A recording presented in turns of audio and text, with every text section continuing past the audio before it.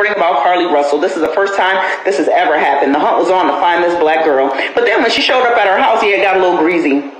Why did it get a little greasy? Then people start DMing you the truth. It looks like 50 people from Hoover have already got fired for leaking what's really going on with this case. And it's trickled into my DM. So you mean to tell me all this was because she was trying to get back at her ex-man? Yeah, that boyfriend that spoke out about her being kidnapped and held and tortured.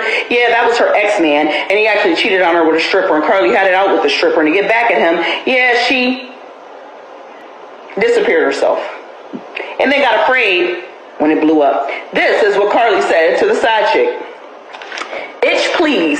He told me everything you said about me and you thought I told him to say that. I wasn't even with him. You're delusional AF if you think your little conversation was anything more than convenience and the fact that he used you to get back at me out of anger.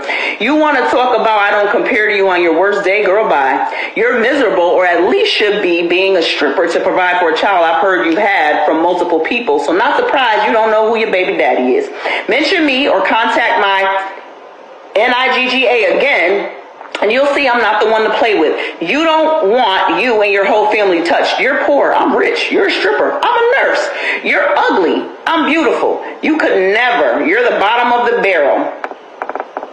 Someone from the police department just could not watch us all suffer. So they released these details. Here's the update. She's sticking to the story that she was abducted. She says she was lured into the woods by some people who live in the woods, described as a person with orange hair, balding on top, tied her up and drove her around and put her in an 18-wheeler and fed her cheeses for 2 days, and they painted her nails.